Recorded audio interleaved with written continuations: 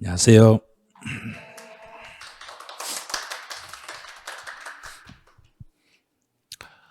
벌써 5번째네요.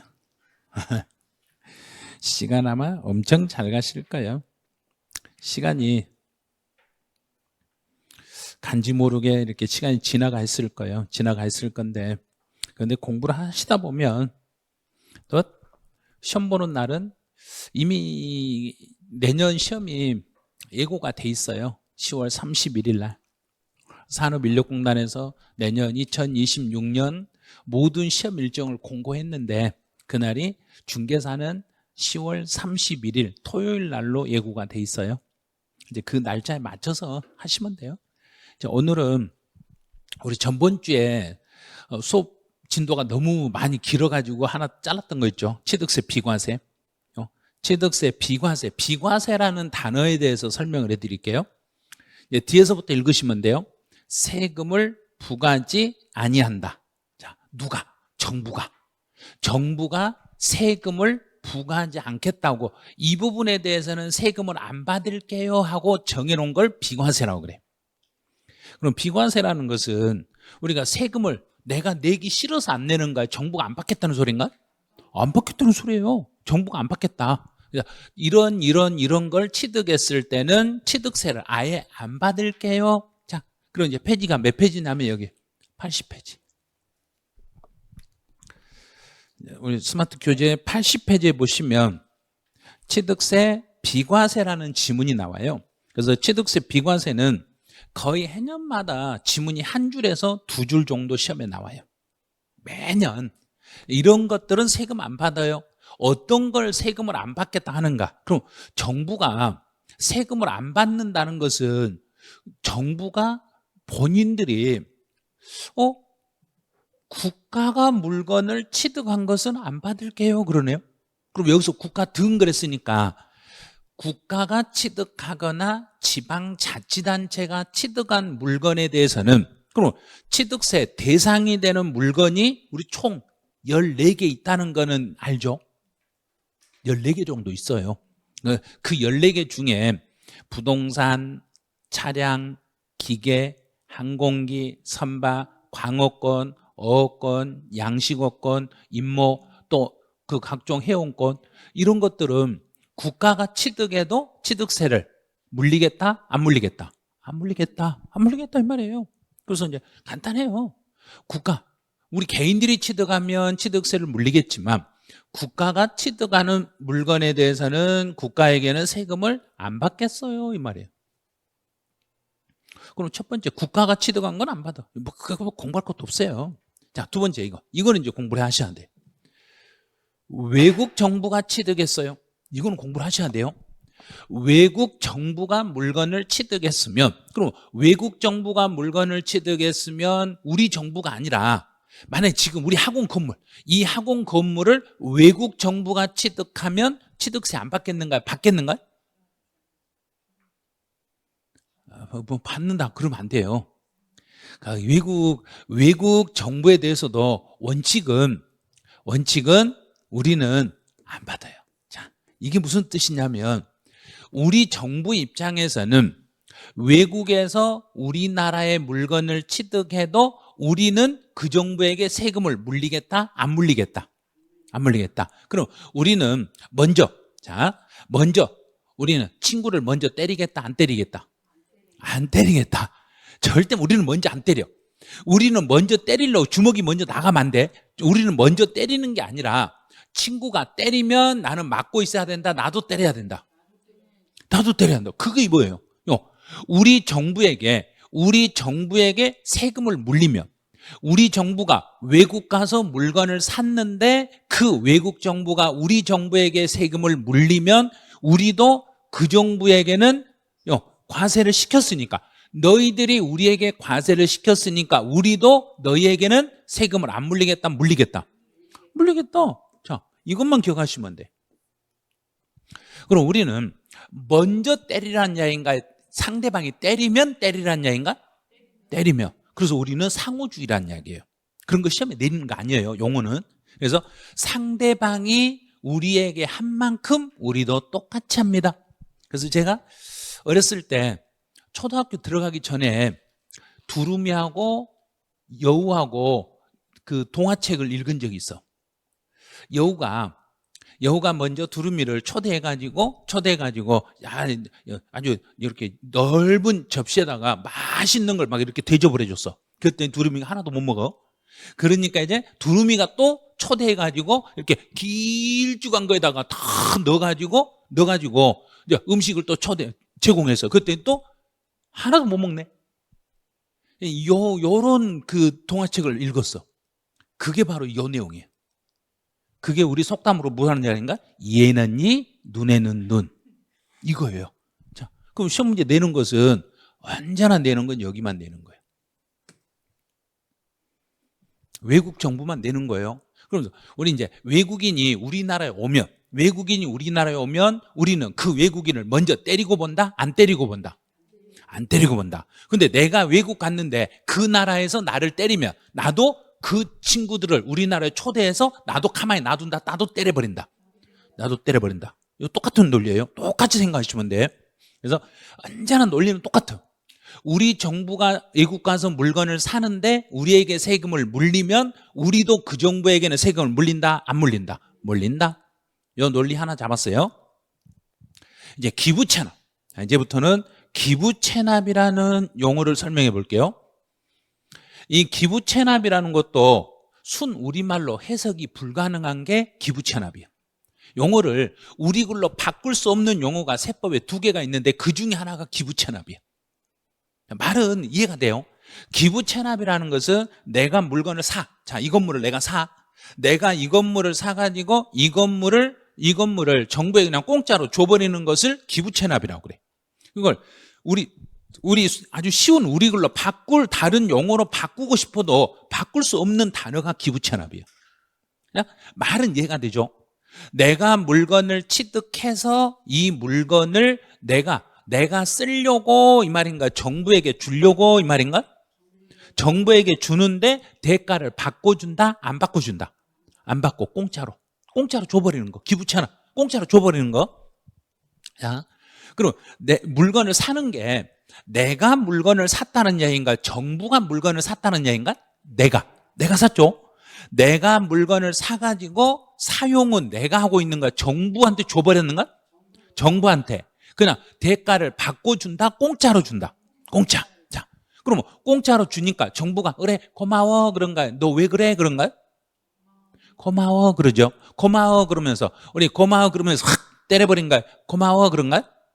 머리를 쓰다듬어 주죠. 고마워 그러죠. 그럼 세금 물린다 안 물린다? 안 물린다. 그래서 이거는 비과세가 됩니다.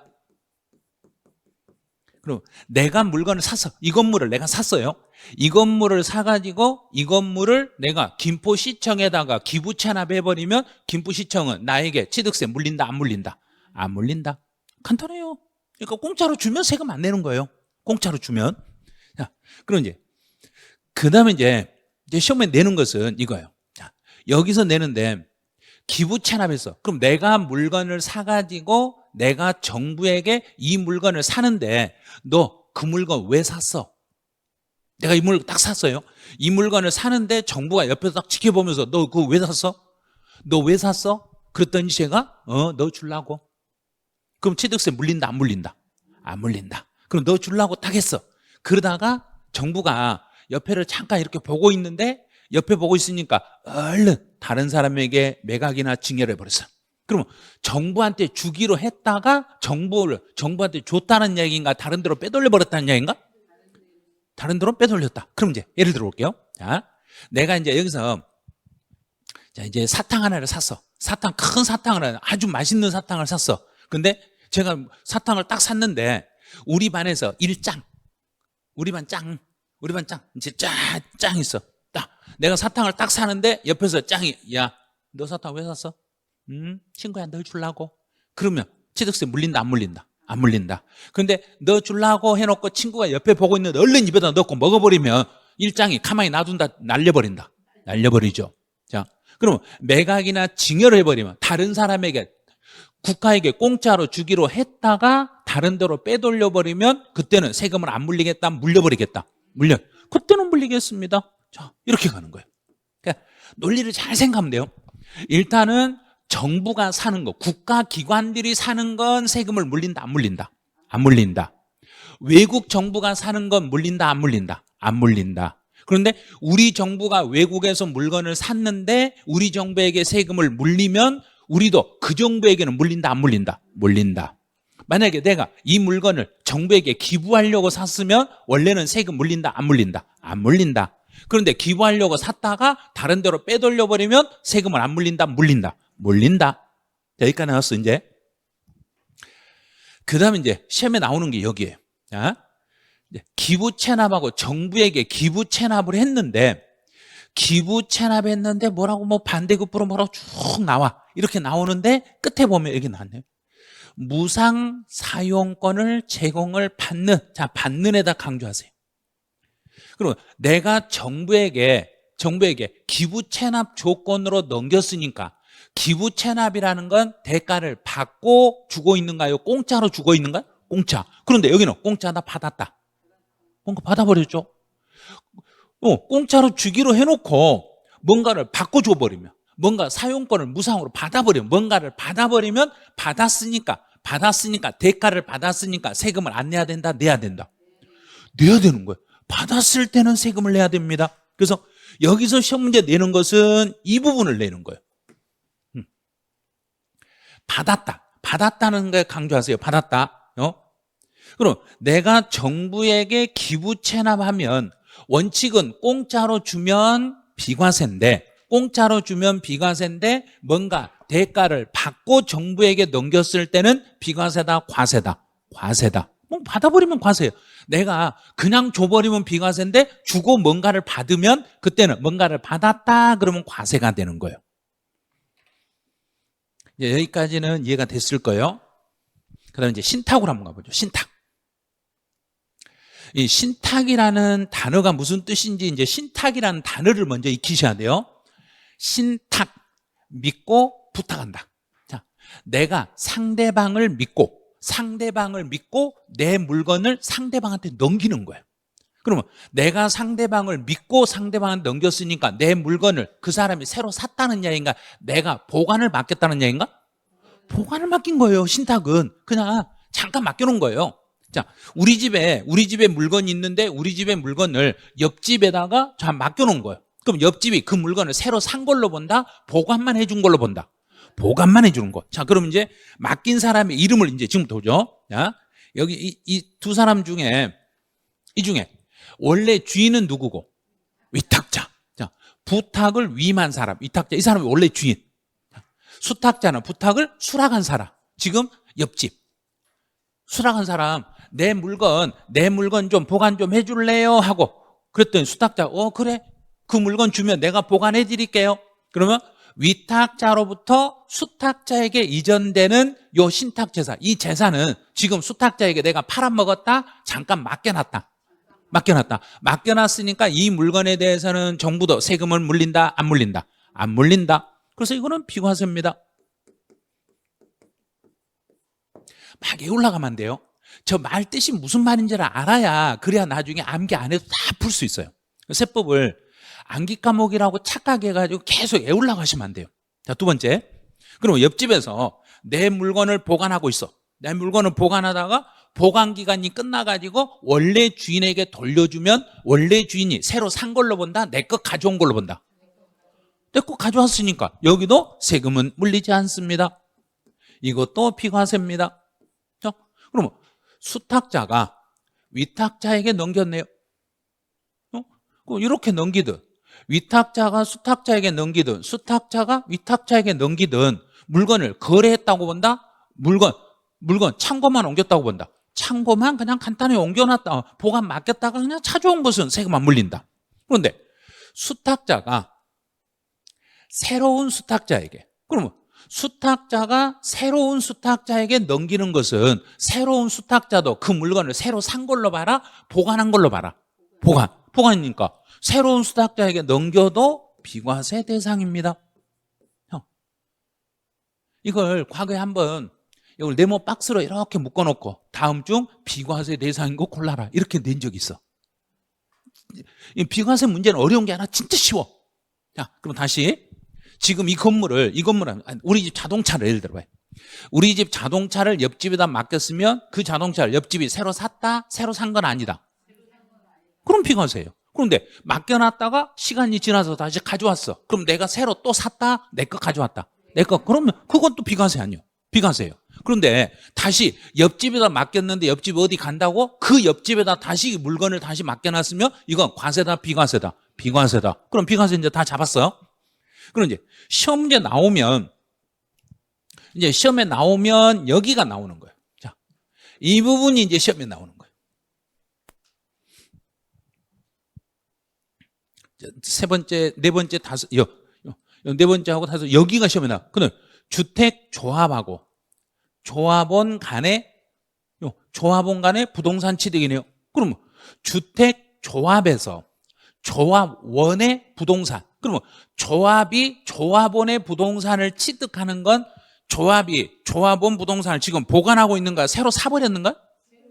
사버린 거예요. 조합에서 조합원의 부동산을 취득해버린 거예요. 그러면 조합이 조합원의 부동산을 샀으니까 이 부동산은 이제 조합원 소유에서 누구 소유로 바뀌어버렸고 조합 소유로 바뀌었으니까 당연히 조합이 세금을 내야 되겠죠. 이렇게 내는 거예요. 그 다음에 이제 조합이 조합원이 아닌 비조합원의 부동산을 샀어. 그러면 비조합원의 소유였는데 비조합원 부동산을 누가 사버렸다는 이야기인가? 조합이 새로 사버렸으니까 여기도 과세 대상입니다. 이렇게 가는 거예요. 문제 나오면 조합이 조합원의 부동산을 취득하는 건 비과세다, 과세다? 과세다. 누구에게? 조합에게. 조합에게 세금 물리는 거예요. 자, 됐죠, 이제 환매권. 자, 이제 3번에 환매권. 이제 여기서는 환매라는 단어를 환매. 혹시 등기법 시간에 환매라는 걸 배웠는가요? 배웠어요. 배웠으면 천만다행이네요. 설명 안 해도 되니까. 환매라는 건 그렇게 어렵지 않아요. 잘 모르겠으면 이렇게 하시면 돼.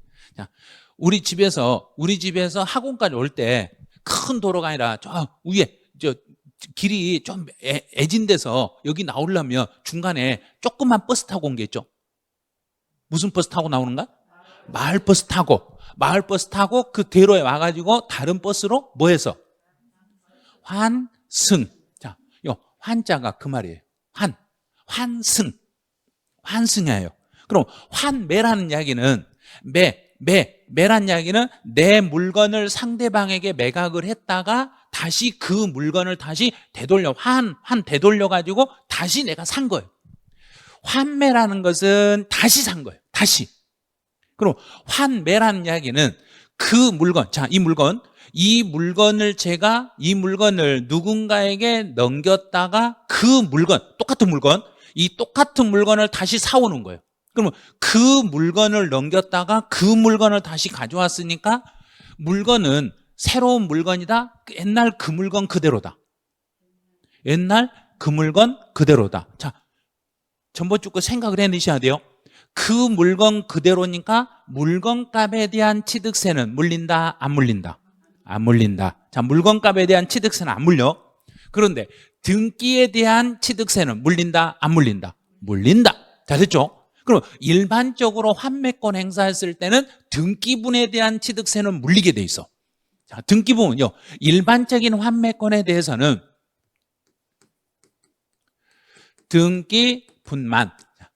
등기분만 취득세로 과세하게 돼 있습니다. 그럼 등기분만 물리니까 물건에 대한 취득세는 그대로 놔두고 물린다, 빼고 물린다? 빼고. 그렇죠, 빼고. 그러면 빼고 물리니까 전체 표준 세율 중에서 무슨 세율을 빼고 물린다 그랬는가? 중과 기준 세율을 빼고. 자, 그럼 이제 여기서 중과 기준, 요게 중과 기준 세율이라는 게 물건에 대한 취득세를 말해요. 중과 기준 세율을 뺀 세율을 적용해서 취득세를 부과하겠습니다. 이렇게 가. 자, 여기까지 됐어, 이제. 그럼 이제 일반적인 경우는 특례세율에서 내는 거고 과세 비과세에서는 여기를 문제를 내는 거예요. 자, 과세 비과세에서는 이 부분을 내는데 딱 하나만 잡으면 돼요. 자, 여기에서는 수용이라는 단어만 딱 잡으면 돼요. 수용. 내 땅이 정부에게 수용됐어요. 자, 수용이 뭔 말인가? 내 땅을 정부한테 뺏긴 거예요? 아니에요. 정부가 돈 주고 사간 거잖아요. 그런데 내 땅을 정부에게 수용을 당했는데 정부가 일정 시간이 지나서 다시 원래 땅 주인에게 돌려줘 버린 거예요. 그러면 내가 내 땅을 정부에게 넘기면 정부가 사갔을 때 정부가 물건을 취득하면 과세다, 비과세다? 비과세? 찾았네. 자, 비과세였죠. 그럼 그걸 내가 다시 가져오면 또 과세다, 비과세다? 비과세. 갈 때 비과세, 올 때 비과세. 그래서 수용으로 인하여 환매권 행사, 수용. 자, 수용을 통해서 정부에게 넘어갈 때 정부가 살 때 비과세니까 그 물건을 내가 다시 가져올 때도 비과세. 내가 다시 가져올 때도 비과세 이렇게 되는 거예요. 저는 어떤 게 있냐면 이런 게 있어요. 혹시 내 땅이 있는데 내 땅을 정부가 군시설로 사용하려고 수용해 갔어. 근데 군대가 철수하다 보면 그 땅 주인에게 다시 원래 원위치 시켜줘. 원위치 시켜주면 처음에는 정부가 가져갔으니까 비과세, 다시 나한테 원위치 됐으니까 나한테 다시 돌아오면 원래는 내가 새로 산 건가 내가 돌려받았는가? 다시 돌려받았죠. 그럼 이것도 비과세 이렇게 되는 거예요. 그래서 일반적으로 내 것을 일반적으로 개인들에게 넘겼다가 다시 가져오는 건 등기부는 세금을 물리지만 국가에게 수용당했다가 국가로부터 돌려받는 것은 요거는 과세한다, 비과세한다? 비과세하겠습니다. 자, 여기까지 잡아냈네요. 자, 임시. 잠시 동안. 여기서 잠시 동안 사용하는 건물이 있어.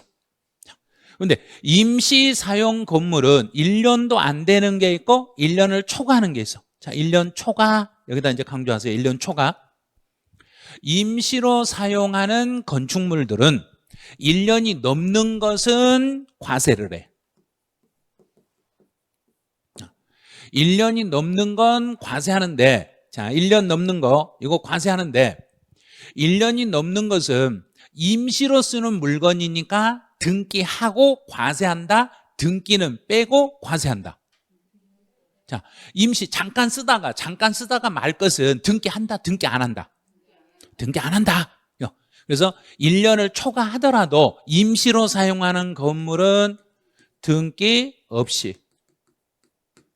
과세가 됩니다. 그러면 등기하고 상관없이 과세가 되니까 이것도 특례세율이겠죠. 둘 중에 하나가 없어지니까 등기를 빼버린 등기 없이 세금 물리니까 무슨 세율로 물려버리면 되겠는가? 중과 기준 세율로 물리면 되겠죠. 그래서 여기는 중과 기준 세율을 적용해서 취득세를 물리겠습니다. 이렇게 가는 거예요. 자, 여기까지 됐네요. 그럼 1년도 안 되면 임시로 사용하는 건물들은 1년도 안 되는 것은 등기분도 물건값도 아예 세금을 안 물려.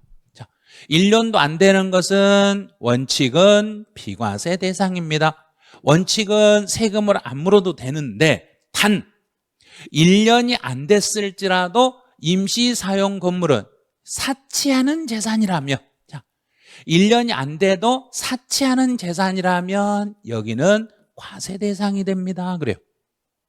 자, 그럼 사치성 재산 중에 가장 우리 이제 그 앞에서 취득세에서 사치하는 재산의 종류가 전번주에 배운 적이 있죠. 무엇 네 가지를 사치성 재산이라고 했는가? 골프장, 고급 오락장, 고급 선박, 고급 주택. 자, 그런데 여기는 건축물이에요. 건축물이니까 선박은 빠지겠죠. 선박 빠지겠죠. 자, 그러면 대표적인 게 고급 오락장. 자, 가장 대표적인 게 고급 오락장으로 사용되고 있는 게 있으며, 고급 오락장으로 사용하는 건축물들은 1년이 넘어야 과세한다? 안 넘어도 과세한다? 안 넘어도 사치하는 재산은 과세하겠습니다. 이렇게. 자, 그럼 밑에 참고 내용을 보세요. 임시사용 건축물들은 사치성 재산은 제외하고 사치하는 재산은 제외하고 1년도 안 되는 것은 비과세입니다. 사치하는 재산을 제외하고 1년도 안 되는 건 비과세고 1년을 초과하는 경우에만 취득세를 부과합니다. 그럼 사치하는 재산은 1년이 넘으면 과세라, 안 넘어도 과세라. 안 넘어도 과세라. 이제 공동주택, 이 부분이 36회 기출문제 단독 문제로 출제된 거예요. 6번이 36회 때 단독 문제, 5번이 났네요. 5번. 공동주택의 노후 시설물 교체가 36회 단독으로 이건 정답으로 내버렸어. 그럼 37회 때는 이제 답으로는 절대 안 나와. 자, 그럼 공동주택 하면 우리 생각나는 게 뭐 있는가? 아파트, 우리 살고 있는 아파트.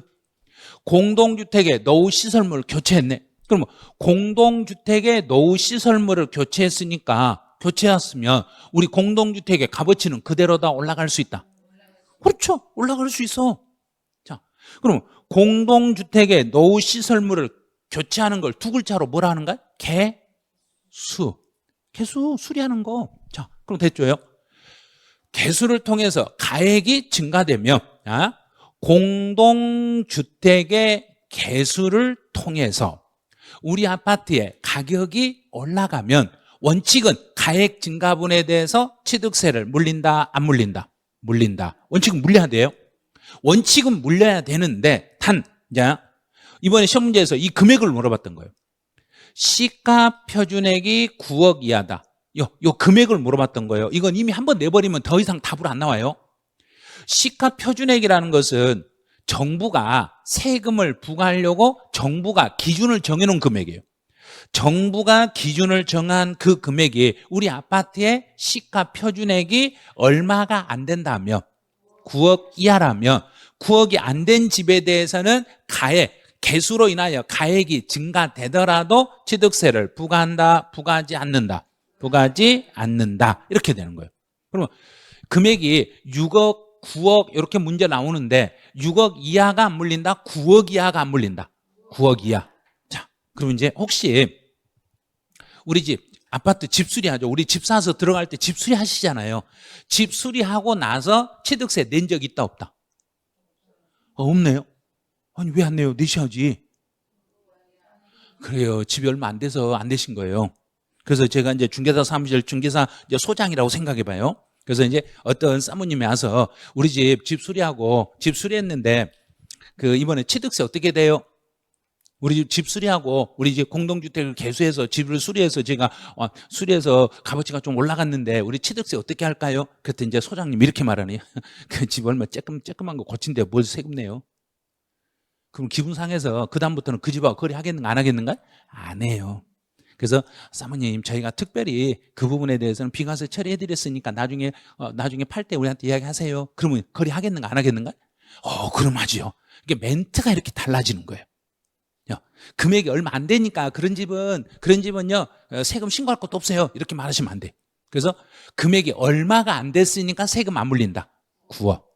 여기만 알면 돼. 9억 이하의 주택을 수리해서 값어치가 올라가더라도 취득세는 안 받습니다. 그런 거예요. 그런데 주의할 게 하나 있네요. 주의할 게 하나 있어요. 대수선은 제외합니다. 자, 크게 고치는 것은 그러면요. 대수선은 금액 관계 없이 과세합니다. 이 뜻이에요. 자, 대수선. 크게 고치는 것들은 세금을 안 물린다, 물린다 이 말이에요. 크게 고치는 거. 대수선은 과세하겠습니다. 이렇게.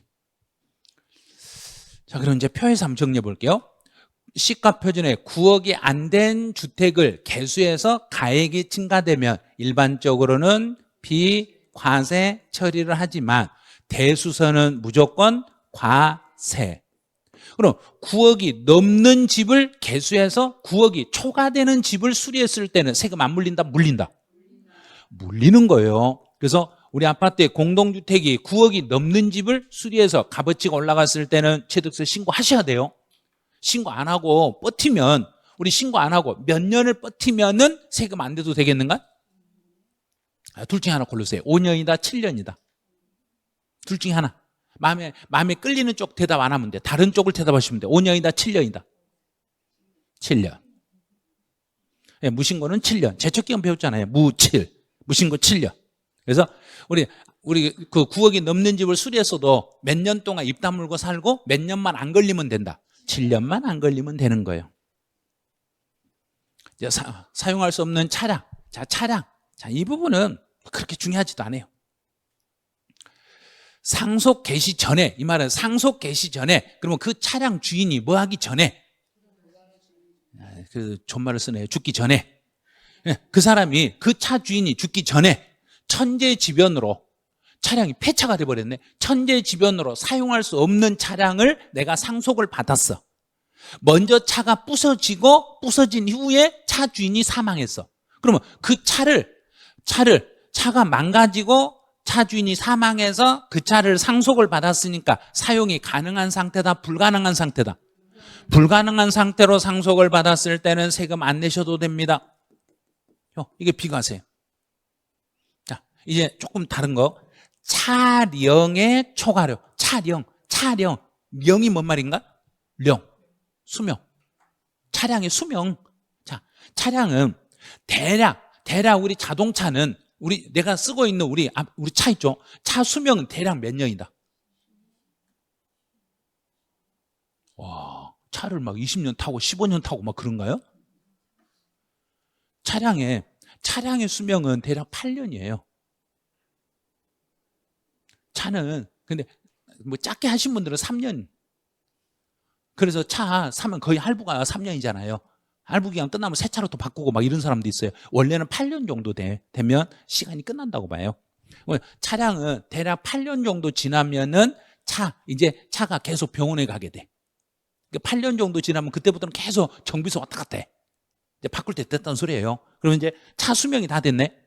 차량의 초과로 사용할 수 없는 경우, 차량을 더 이상 사용할 수 없는 경우 이 차를 상속을 받게 되면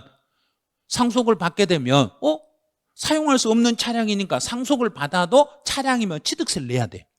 내야 되는데 단 상속을 받고 나서 우리 전번주 배운 거 생각하세요? 상속을 받았을 때는 상속 개시일이 속하는 달의 말일부터 몇 개월 안에 취득세를 신고하고 6개월. 그러면 6개월 안에 그 차 수명이 다 된 차를 6개월 안에 폐차를 시켜버리면 취득세 비과세예요. 자, 그게 이거예요.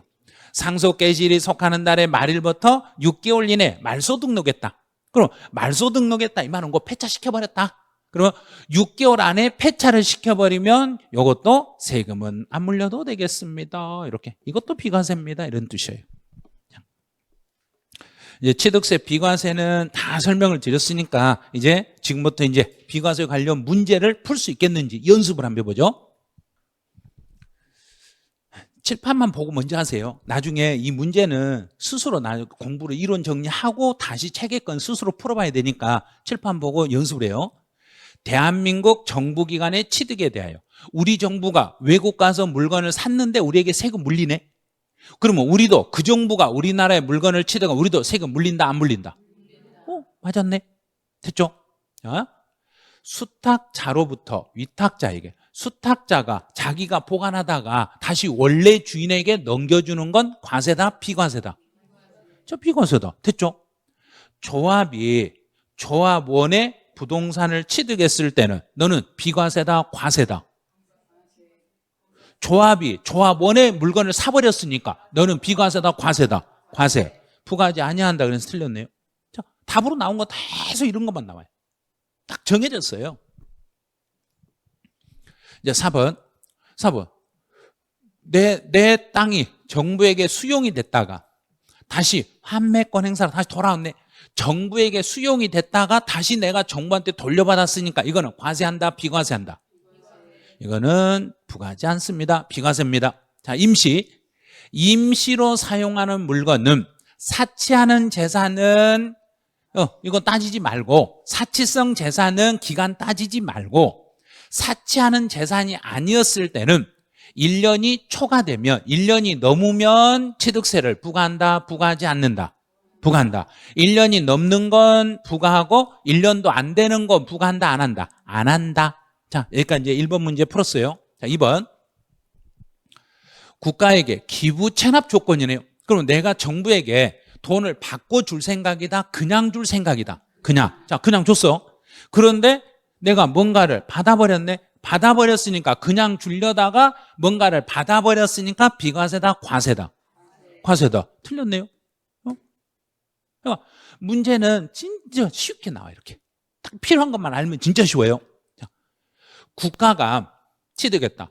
우리 정부가 취득하는 것은 비과세. 우리 정부가 취득한 건 비과세. 이제 신탁 나왔네요. 다시 이제 신탁. 위탁자로부터 수탁자에게 이전했다.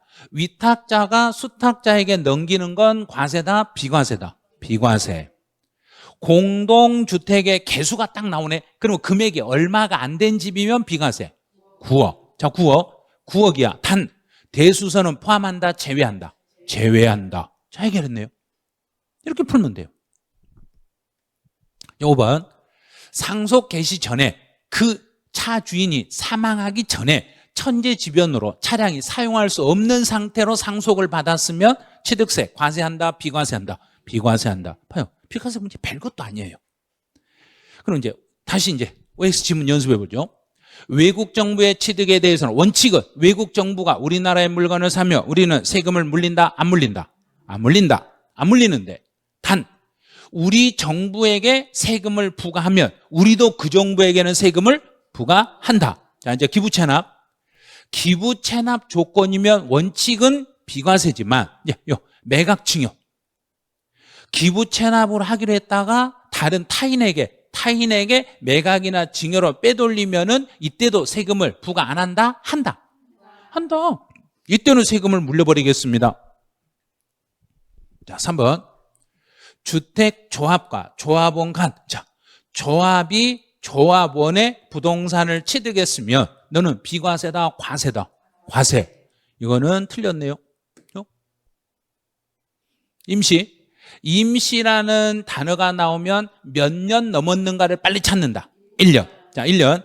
1년을 초과하는 것은 부과한다. 단 1년도 안 됐을 때 사치성 재산을 포함해서 부과 안 한다. 제외하고 부과 안 한다. 제외하고. 이런 가로에 있는 지문을 꼭 확인하셔야 돼요. 세법은. 근데 징발 쭉 봤더니 토지의 수용. 자, 내 땅을 정부가 수용해서 가져갔다가 다시 내가 환매권 행사를 다시 가져왔어.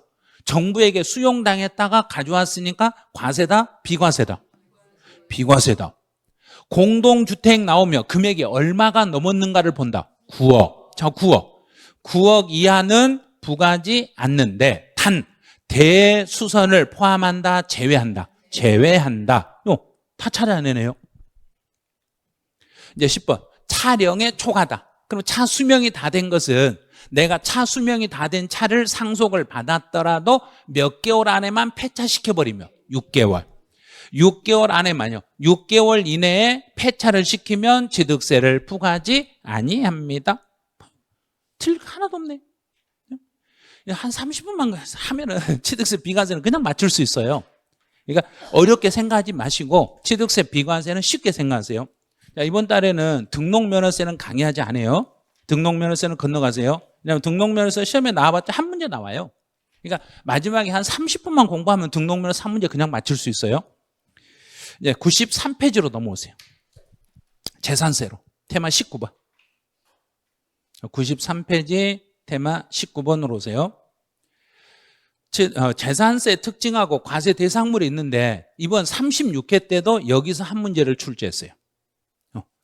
재산세에서는 토탈 3문제가 출제가 되는데 가장 기본적인 내용에서 하나, 기본적인 것을 하나 출제해요.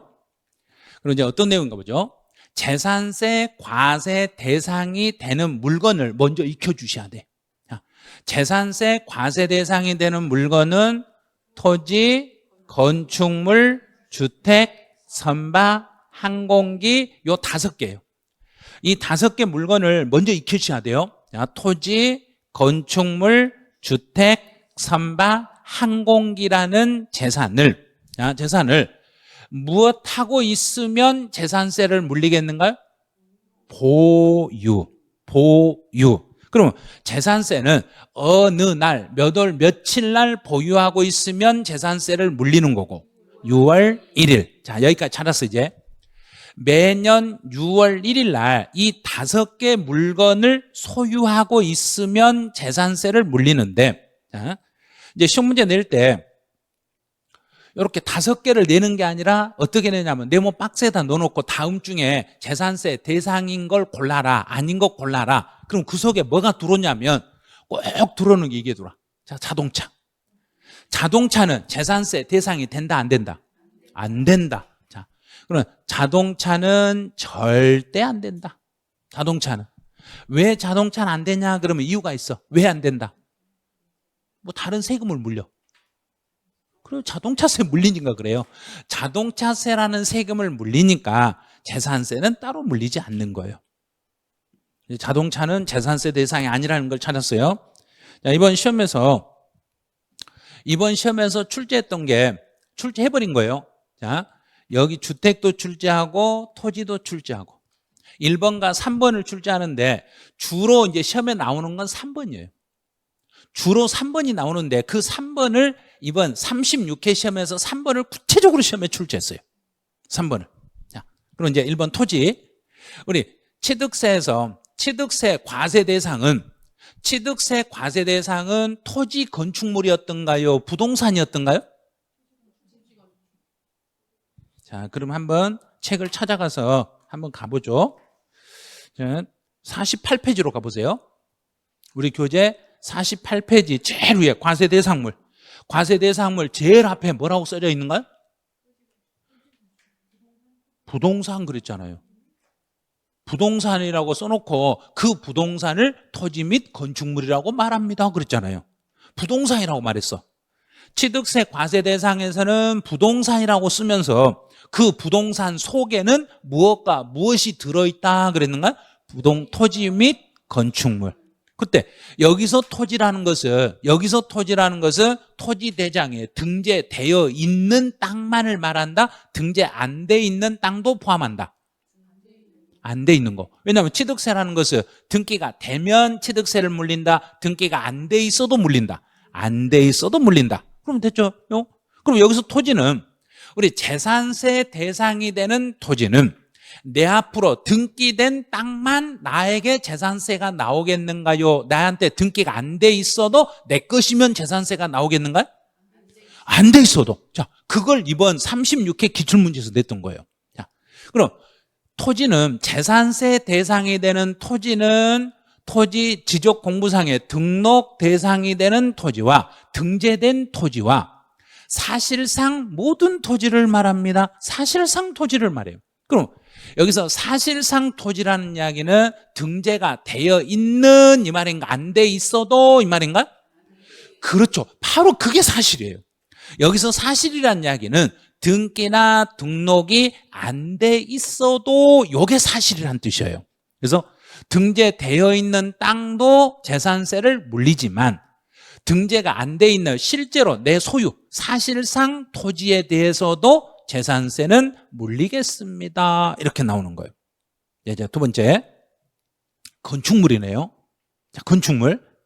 그리고 재산세에서는 부동산이라는 용어를 쓰지 않고 재산세에서는 토지, 건축물, 주택 따로따로 개념으로 쓰고 있어.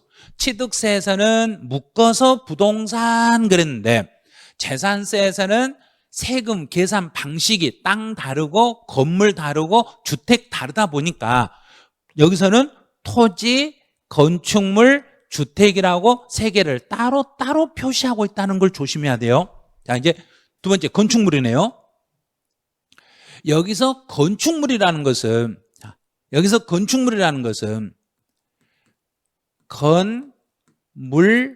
건물만의 개념입니다. 건물만의 개념이에요. 그러면 건축물 그러면 그냥 쉽게 생각하세요. 우리 눈에 보이는요 상가 건물들을 건축물이라고 그래. 건축물 그러면 건물만 건축물이라는 이야기가 밑에 땅도 건축물이라는 이야기인가? 건물만. 자, 그럼 여기가 이렇게 땅이 있어. 자, 이렇게 땅이 있는데 이 땅 위에 이렇게 건물이 있어요. 건물이 있고 밑에 토지가 있으면 건축물은 여기서 건축물은 위에 건물만을 말한다. 땅을 포함한다. 건물만. 자, 여기요. 요 위에 건물 해당되는 이 부분죠. 이 건물에 해당하는 것만을 건축물이라고 이렇게 해석을 하시면 돼. 자, 건축물 개념 이제 잡았죠? 건축물은 밑에 있는 땅하고 위에 건물하고 두 개를 더해서 재산세를 물린다. 건물분만 물린다. 건물분만 물린다. 요걸 먼저 생각하셔야 돼요. 건물분만 물린다. 자, 이제 하나 잡았어요. 건축물 개념 잡았어요. 이제 주택이라는 것은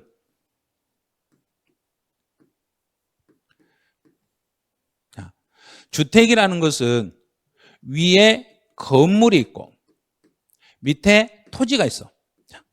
그러면 주택이라는 것은 건물과 토지를 더해서 주택이라고 하겠습니다. 자, 주택이라는 것은 밑에 땅을 포함한다, 포함하지 않는다. 두 개, 건물하고 토지를 뭐해서? 더해서 주택이라니까. 주택에는 이 주택을 계산할 때는 토지를 포함해서 주택이라 한다. 토지를 빼고 주택이라 한다. 포함해서. 요 내용을 이해를 해야만이 문제를 풀 수 있어요. 자, 다시 상가 건축물은 밑에 있는 땅을 포함한다. 포함하지 않는다. 포함하지 않는다. 주택은 밑에 있는 땅을 포함한다. 포함하지 않는다. 포함한다. 이제 개념 정확히 잡아야 돼요.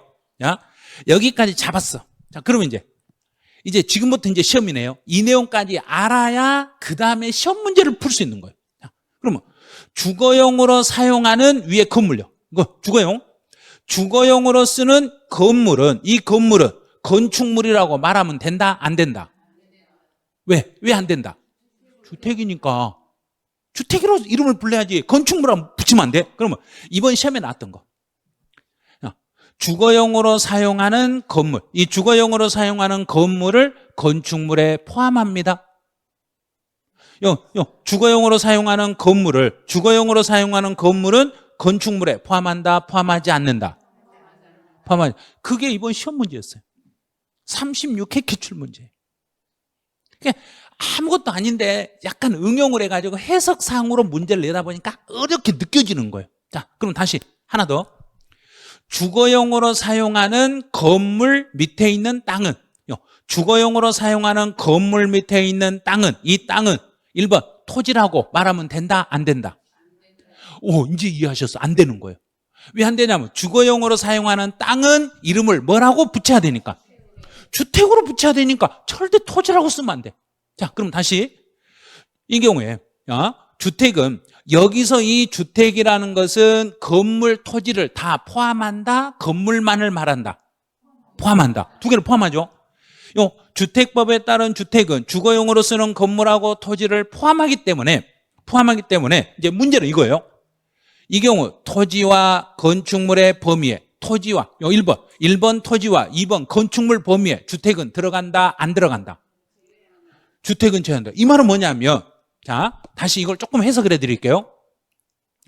토지와 건축물 범위 속에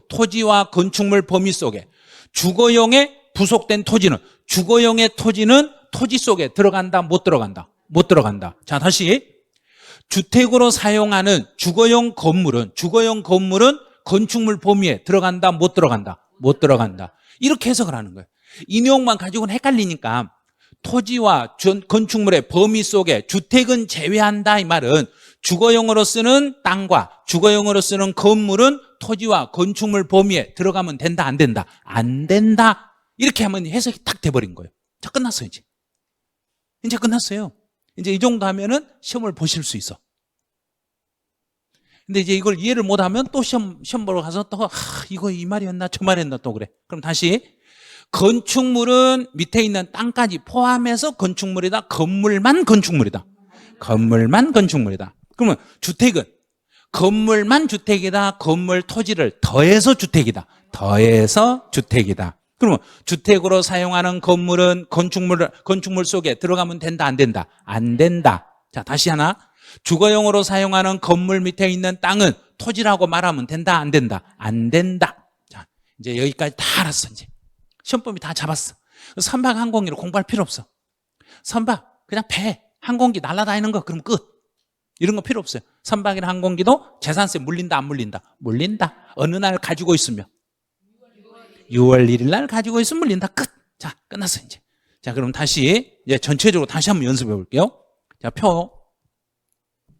토지는, 자, 토지. 이 토지라는 것은 사람을 중심으로 재산세는, 토지분 재산세는 사람을 중심으로 계산한다? 물건을 중심으로 계산한다? 앞에서 배울 때 그렇게 인세 물세 그렇게 설명했는데 또 이렇게 나오면 얼마나 제가 뭐 하겠어요. 땅은 사람을 중심으로 합친다. 그래서 인세다. 인세 특징은, 인세라는 것은 개별 과세로 간다, 합산 과세로 간다. 합산 과세. 그래서 인세니까 토지는 합쳐서 계산합니다. 합쳐서 계산합니다. 토지를 제외한 나머지는 전부 물세예요. 토지를 제외한 나머지는 물건을 중심으로 과세하니까 개별 과세합니다. 개별적으로 과세하겠습니다. 이렇게. 별 내용 아니에요. 별 내용 아닌데 엄청 어렵게 느껴지시는 거예요. 그래서 땅은 그 사람이, 예를 들어 제가 김포에 여러 필지의 땅을 가지고 있으면 그 땅은 다 묶어서 고지서가 몇 장으로 나온다? 한 장. 그게 합산과세예요. 사람을 중심으로. 근데 만약에 김포에 제가 주택을, 2개 주택을 가지고 있으면 합쳐서 나온다? 따로따로 나온다? 따로따로. 그게 개별과세예요. 그러면 주택은 토지와 주거용으로 쓰는 토지와 주거용으로 쓰는 건물을 2개를 더해. 자, 2개를 더해서 이름을 뭐라고 붙이면 되고? 주택으로 이렇게 붙이면 돼. 그래서 주택으로 붙이니까 주거용으로 사용하는 건물은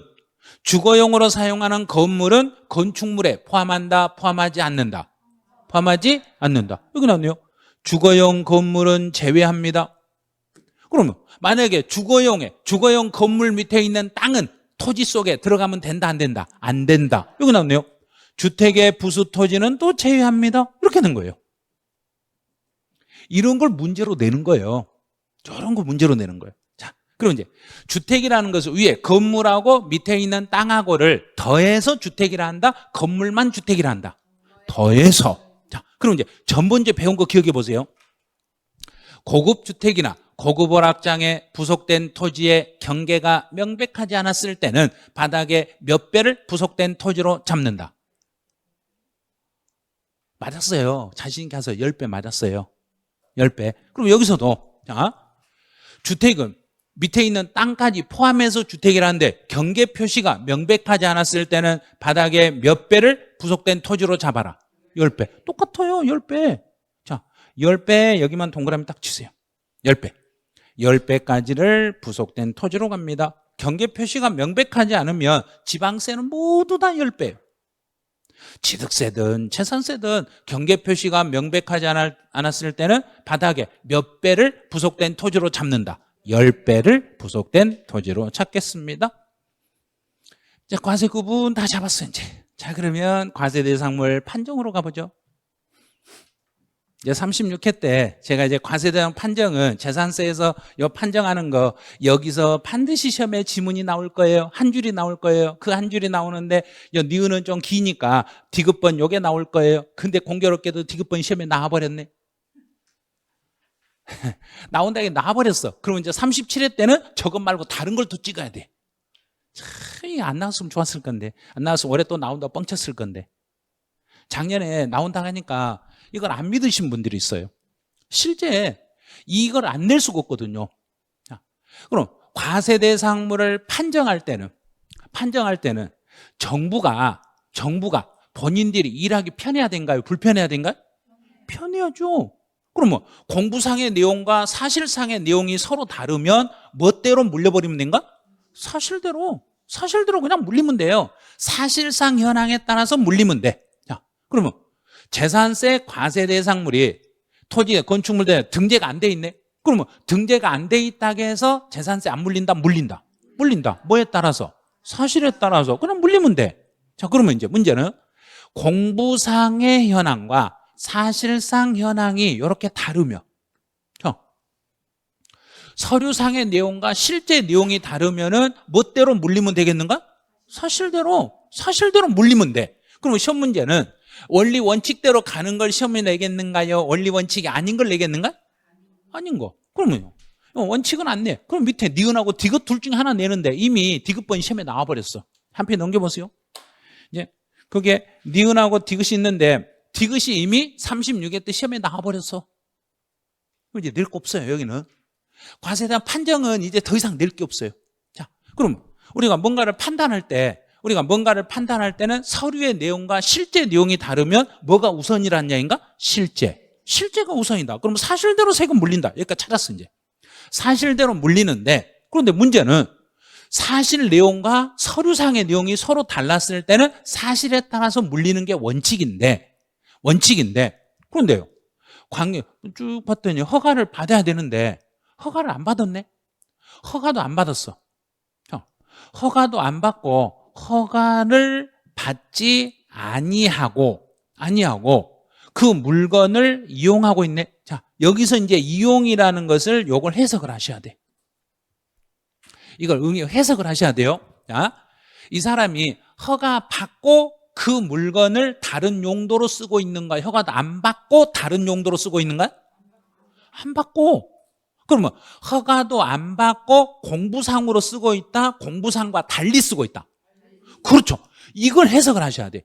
이용을 한다는 게 허가도 안 받고 공부상과 다르게 사용하고 있다, 이 말이에요. 이게 공부상과 다르게 사용하는데 허가 받고 이렇게 쓰고 있다, 안 받고 쓰고 있다. 안 받고. 그럼 정부가 안다, 모른다? 모르죠. 허가도 안 받았으니까. 허가도 안 받고 이렇게 했을 때 그러면 사실과 서류가 같다는 이야기인가 다르다는 이야기인가? 다르니까 어쩔 수 없이 달랐을 때는 원칙으로 가면 멋대로 물려야 맞는데 사실에 따라서 물려야 되는데, 그런데 이 사람은 허가도 안 받고 이렇게 하고 있으니까 괘씸한 거야, 괘씸하지 않는가요? 괘씸하죠. 그러니까 괘씸하니까 세금이라도 조금 물린다, 더 물려버린다. 그럼 이제 정부 공무원들이 너 저 괘씸죄 걸려갖고 더 물려버린 거예요. 이게요. 자, 볼게요. 허가도 안 받고 공부상과 다르게 사용하고 있으면 원래는 멋대로 세금을 물리려고, 사실대로 물리려고 세금을 계산해 봤더니 오히려 공부상보다 오히려 재산세 부담이 낮아지네. 그러면 오히려 사실에 따라서 재산세를 물리려고 조사해 봤더니 공부상보다 오히려 세금이 낮아져 버리니까 이 사람은 사실에 따라서 세금을 조금 물리겠다, 공부상으로 그냥 물려버리겠다. 공부상으로. 그러면 사실에 따라서 재산세를 부과하면 오히려 재산세 부담이 낮아지니까 사실에 따라서 물리는 게 아니라 공부상에 따라서 물려버리겠습니다, 이런 거예요. 이 사람 뭐 하지 않고 이렇게 쓰고 있으니까 그렇다는 이야기인가? 허가 받지 않고 허가도 안 받고 이렇게 하고 있으니까 괘씸죄 걸린 거예요. 자, 이제 하나 잡았죠? 자, 이제 두 번째 지문은 세무 공무원들 일 편하게 하려고 법을 만든 거예요. 자, 재산세 과세일련제 사용이 일시적입니다. 자, 사용이 일시적이란 이야기는 지금 6월 1일 현재 잠깐 동안만 내가 사실과 달리 쓰고 있어. 잠깐 동안만 사실과 달리 쓰고 있으니까 원래 6월 1일 현재 상황에 따라서 재산세를 물려야 되니까 6월 1일 현재 잠깐만 사실과 달리 쓰고 있어도 공무원들은 일일이 찾아가지고 사실에 따라서 물려야 되는가요? 공부상에 따라 물려야 되는가? 사실에 따라 물려야죠. 다 찾아서 사실대로 물려야죠. 그런데 잠깐 동안만 사실로 바꿔가지고 쓰고 공부상과 달리 쓰고 있는 걸 공무원들이 찾는다, 못 찾는다? 못 찾죠. 그러니까 공무원들이 못 찾으니까 그걸 공무원이 못 찾는 걸 정당화시켜주기 위해서 일시적으로 잠깐만 공부상과 달리 사용하는 것은 사실을 뒤져가지고 어떻게든지 찾아서 물려라. 그냥 공부상으로 물려라. 그래, 그냥 공부상으로 물려주세요. 이런 거. 자, 요게 디귿번이 이번 기출문제 출제됐던 문제예요. 자, 이 정도 해놓으시고 이제 주택에 대한 과세 범위로 다시 해보죠. 이제 3번. 자, 여기는 이건 어떤 내용이냐면 주거용과 주거용 이외 용도를 겸한다. 겸하는 이 말은 이 주택이 주거용으로만 쓰고 있다. 주거하고 상가하고 같이 쓰고 있다. 같이. 그러면 이게 무슨 주택인가? 겸용주택. 그냥 상가주택. 그냥 겸용주택. 그냥 세법에서는 그냥 겸용주택이라고 생각하시면 돼. 세법에서는 겸용주택이에요. 그럼 정부가 어떻게든지 납세자에게 유리하게 세금을 물린다. 납세자에게 불리하게 세금을 물린다. 우리 국민들에게 유리하게 법을 적용한다. 우리 국민들에게 불리하게 적용한다. 불리하게. 어떻게든지 세금을 더 나오게 만들려고 그래. 자, 이제 더 나오게 만든 거 보죠. 겸용주택에 대해서 시험 볼 때는 1, 9를 위주로 공부하세요. 여기를 2번만 공부하시면 돼. 겸용주택. 예를 들어서, 자, 이 건물이 주택이라고 한번 예를 들어 볼게요. 자, 근데 이 건물, 지금 우리 학원 건물이 일부는 주택으로 쓰고 일부는 상가라고 쓰고 있으면, 자, 이 건물이 일부는 주택이고 일부는 상가다. 그럼 이 건물을 한 번도 돌아보지 않았어. 이 건물을 돌아보지 않고 밖에서 봤을 때는 어디까지가 주택이고 어디까지가 상가인지 밖에서 봤을 때는 안다, 모른다? 모르죠. 그러면 일단 들어와가지고 건물 들어와서 한 칸 한 칸 문을 열어보고 일단 면적을 재봐야 돼. 주택으로 쓰는 면적, 상가로 쓰는 면적 한 칸 한 칸 다 체크해봐야 돼. 그러면 여기서 한 칸 한 칸을 1구라고 한다, 1동이라고 한다. 1구. 한 칸. 그래서 1구. 자, 1구라는 게 1구. 그럼 한 칸 한 칸에 주거와 주거 이외 용도로 사용되고 있는 경우에 주거용으로 사용되는 면적이, 그러면 주택으로 쓰는 면적이 전체의 50% 이상이면, 여기서 퍼센트 50% 강조하세요. 50% 이상이란 이야기는 딱 반절이면 딱 반절도 들어간다, 안 들어간다? 50% 이상이니까 50% 들어간다, 안 들어간다? 이상 들어간다. 50% 들어가는 거죠. 그러면 50%까지는 이 말이에요. 전체 중에 주거용으로 쓰는 게 50% 이상이면, 50% 이상이면 무엇으로 본다 그랬는가요? 주택으로 본다. 자, 그럼 50% 이상이면 주택으로 보니까 주거용으로 쓰는 부분이 60%면 전체가 주택이다, 주택만 주택이다? 50% 넘었잖아요. 60%니까 주거용으로 쓰는 게 60%면 50%가 넘었으니까 전부 주택이다. 만약에 여기 건물이 반절 50%는 주택이고 50%는 상가면 이때는 주택만 주택이다, 전부 주택이다? 전부 주택이다. 50% 이상이니까. 만약에 주거용으로 쓰는 게 40%고 상가로 쓰는 게 60%면 전부 주택이다, 주택만 주택이다? 주택만 주택이다. 이렇게 해석을 하는 거예요. 그럼 50%가 넘어가면 50%부터는 전부 주택이고 50%가 넘지 않았을 때는 주택만 주택입니다. 여기는 퍼센트를 기억하셔야 돼요. 주거용으로 사용하는 면적이 몇 프로 이상이면 전부 주택으로 해석한다. 50% 이상이면 전부 주택으로 해석합니다. 그럼 한 칸 한 칸에서 주택과 상가의 면적을 다 구분했으니까 우리 건물 중에 얼마가 주택이고 얼마가 상가인지는 이제 구분할 수 있다, 없다? 있다. 그래서 이 동에서는 우리 건물 전체에서는 주거용으로 쓰는 게 얼마고 상가로 쓰는 게 얼마예요? 그냥 우리가 한 칸 한 칸에서 계산된 걸 싹 더해버리면 돼. 그러니까 1동은 따로 공부 안 하셔도 돼. 1, 9, 2주로 공부하세요. 자, 동그라미 3번. 자, 3번은 약간 어려운 거예요. 이건 상당히 어려워요. 3번은 약간 어려운데 이 부분은 뭐냐면 제가 이제 여기 땅이 있어. 자, 토지가 있고 이 위에 건물이 있어. 그런데 이 건물이 뭐가요? 허가를 안 받았네. 허가받지 않고 건물을 가지고 있으면, 허가받지 않는 건물이 있으면 이 건물은 없는 걸로 봐. 무허가 건물은 건물이 없는 것으로 해석이 돼. 정부가 세금을 물릴 때 무허가 건물이 있으면, 무허가 건물은 위에 건물은 있다고 본다, 없다고 본다? 없다고. 자, 그러면 건물은 없이 밑에 있는 뭐만 있는 걸로 본다? 똥, 땅, 토지, 요것만 있는 걸로 봐. 건물은 아예 없는 걸로 보고 땅만 있는 걸로 봐. 그러면 만약에 이게 이제 주택이라, 이게 일부는 주택이고 일부는 상가라고 봐. 일부는 주택이고 일부는 상가라고 봐. 그런데 여기서 이 부분이 이만큼이 주택이고 이만큼이 상가예요. 이제 주택이고 상가인데 주택으로 쓰는 게 60이고 상가로 쓰는 게 40이에요. 그러면 이 건물은 전부 뭘로 보라는 얘기인가? 주택인데 무허가니까 위에 건물은 있는 걸로 봐라, 없는 걸로 봐라? 없는 걸로 봐라. 그러면 없는 걸로 보니까 이건 주택으로 본다, 그냥 땅으로 본다? 그냥 땅. 주택도 아니요, 땅이요. 그냥 땅이요. 자, 그 말이에요. 여기. 허가받지 아니한 허가를 받지 아니하고, 허가받지 않는 경우는 이거를 주택으로 보는 게 아니에요. 허가받지 않는 건물은 건물 자체가 없는 걸로 보기 때문에 이때는 부속 토지는 토지만으로 봐서 과세라, 주택으로 봐서 과세라. 토지만으로 봐서 과세. 지금은 여기까지만 익히세요. 자, 다시. 내 땅 위에 무허가 건물이 있으면,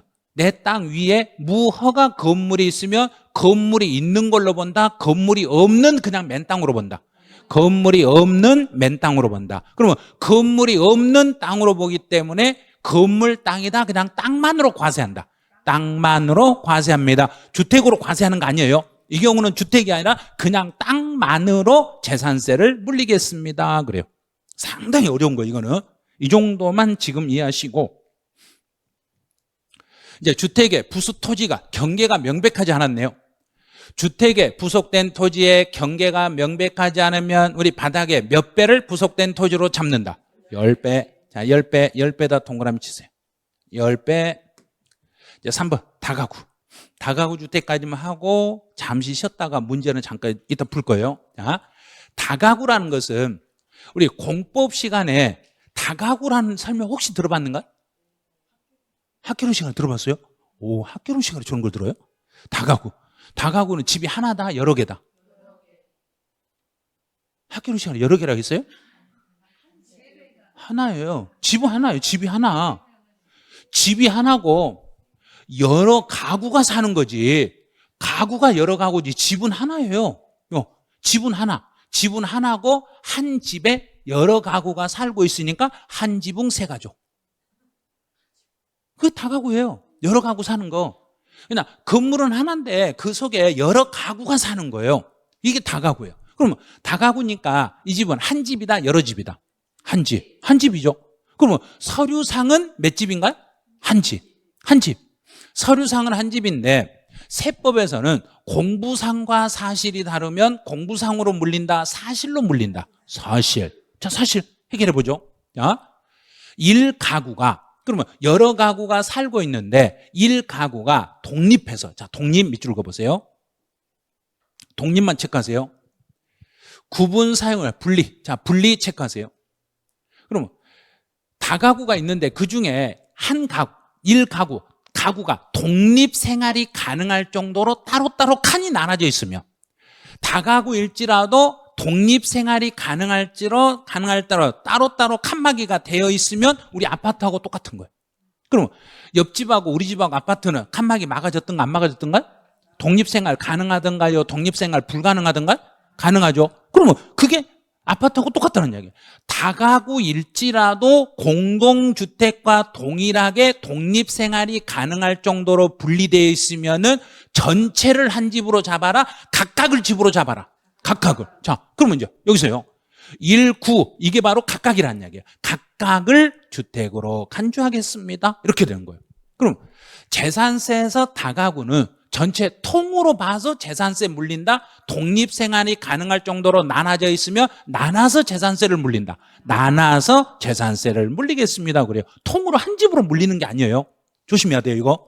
원래는 한 집이지만 가구별로 독립생활이 가능할 정도로 칸을 나눠가지고 분리해서 세대가 분리생활하고 따로따로 세대가 분리되어 있으면은 이거를 한 집, 그 세대별로 한 집씩으로 보니까 여러 집으로 본다? 한 집으로 본다? 여러 집으로 봐서 재산세를 물리겠습니다. 그래요. 요거는 나중에 이제 설명해 드릴 거예요. 다가구가 재산세, 종합부동산세, 임대소득세, 양도세 다 달라. 개념마다 다 다르니까 요거는 이제 한 바퀴 돌고 나면 그때부터는 이제 설명이 될 거예요. 이제 1월, 2월, 3월 달이 지나고 4월 달쯤 되면 요 내용이 개념이 잡힐 거예요. 자, 여기까지 놓으시고 이제 잠시만 쉬었다가 이제 기출문제가 가면 시간이 너무 많이 지나가니까 여기서 잠깐 쉬었다가 기출문제는 10분만 쉬었다가 기억력이 10분 안에 어디로 사라지는가 사라지지 않는가를 테스트 한번 해볼게요. 10분 쉬었다가 다시 한번 문제 한번 풀어보시죠.